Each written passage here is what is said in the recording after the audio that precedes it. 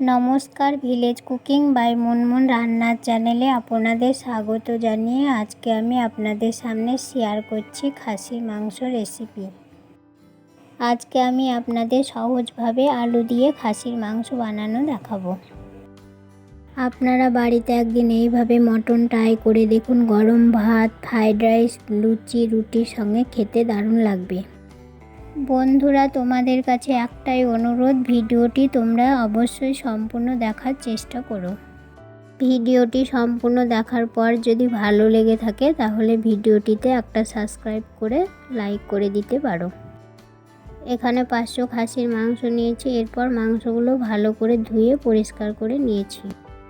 এবার মাংসগুলোর মধ্যে সামান্য পরিমাণ লবণ, সামান্য পরিমাণ হলুদ, সামান্য পরিমাণ সরিষার তেল আর সামান্য পরিমাণ আদা রসুন বাটা দিয়ে মাংসগুলো ভালো করে মাখিয়ে 10 মিনিট মতো ঢাকা দিয়ে রেখে দিচ্ছি। এবার মাংস রান্নার জন্য কিছু রেসিপি রেডি করে নিয়েছি। এখানে আছে আলু, টমেটো, পেঁয়াজ কুচি, বাটা মশলা আর কিছু গুঁড়ো মশলা। এবার উনুনে কড়া বসালাম। কড়া গরম হয়ে গেছে, এতে পরিমাণ মতো সরিষার তেল দিয়ে দিলাম। এবার কড়াতে তেল গরম হয়ে গেছে, তেলের মধ্যে ডুমু ডুমু করে কেটে রাখা আলুগুলো দিয়ে দিলাম। এবার আলুগুলোর মধ্যে সামান্য পরিমাণ লবণ আর সামান্য পরিমাণ হলুদ দিয়ে আলুগুলো ভালো করে লাল লাল করে ভেজে নেব। এবার আলুগুলো লাল লাল করে ভাজা হয়ে গেছে, একটা পাত্রে তুলে নেব। কড়াতে তেল আছে, সেই তেলের মধ্যে গোটা গরম মশলা, 2টো তেজপাতা এগুলো দিয়ে 10 থেকে 12 সেকেন্ড মতো ভেজে নেব। এবার এগুলো ভাজা হয়ে গেছে আর এতে থেকে দারুণ একটা গন্ধ বেরিয়েছে। এবার এর মধ্যে দিয়ে দিচ্ছি পেঁয়াজ কুচিগুলো। এবার পেঁয়াজগুলোর মধ্যে সামান্য একটু চিনি দেব, তাহলে পেঁয়াজগুলো ভাজতেও সুবিধা হবে আর পেঁয়াজের একটা কালার আসবে।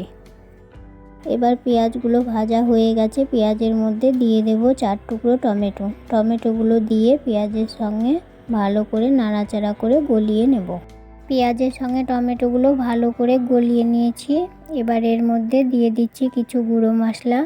1 চামচ হলুদ গুঁড়ো, 1 চামচ লঙ্কা গুঁড়ো, 1 চামচ জিরে গুঁড়ো, 1 চামচ ধনে গুঁড়ো আর দিচ্ছি রঙের জন্য 1 চামচ কাশ্মীরি লঙ্কা গুঁড়ো। এগুলো দেওয়ার পর মশলাটা ভালো করে পেঁয়াজের সঙ্গে মিশিয়ে নেব। এবার গুঁড়ো মশলাগুলো পেঁয়াজের সঙ্গে ভালো করে মেশানো হয়ে গেছে, এর মধ্যে দিয়ে দিচ্ছি বাটা মশলা। মশলাগুলো হলো আদা রসুন আর দিচ্ছি মশলার বাটি ধুয়ে সামান্য একটু জল। এবার মশলাগুলো ভালো করে নাড়াচাড়া করে মিশিয়ে নেব। এবার মশলাগুলো ভালো করে মেশানো হয়ে গেছে, এবার মশলাটা 4 থেকে 5 মিনিট ভালো করে কষিয়ে নেব। মশলাগুলো কষানো হয়ে গেছে আর মশলা থেকে তেল ছেড়ে দিয়েছে। এবার দিয়ে দেব মাখিয়ে রাখা মাংসগুলো দেওয়ার পর 2 থেকে 3 মিনিট নাড়াচাড়া করে মশলার সঙ্গে মিশিয়ে নেব। এবার মাংসর সঙ্গে মশলাগুলো ভালো করে মেশানো হয়ে গেছে, এর মধ্যে দিয়ে দিচ্ছি সামান্য পরিমাণ লবণ।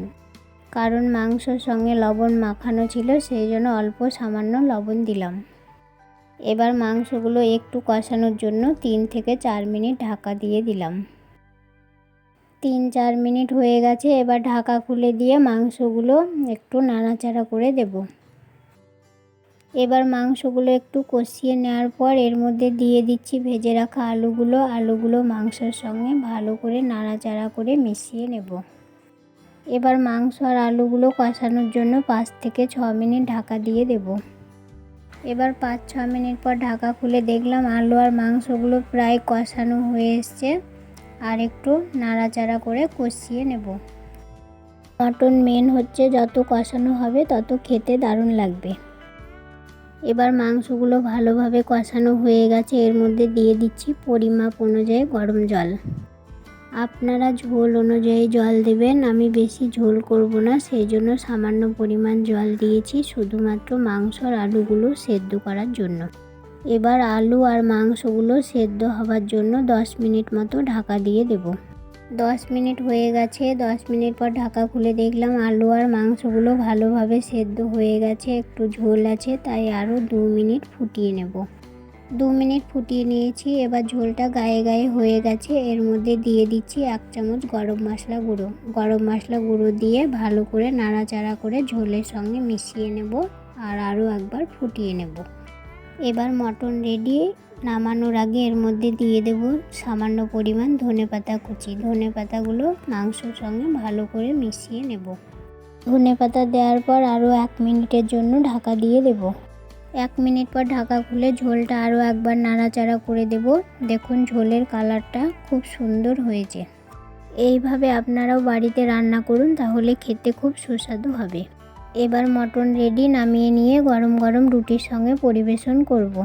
আজ এই পর্যন্তই। ফিরে আসবো নতুন কোনো রেসিপি নিয়ে। সবাই ভালো থাকুন।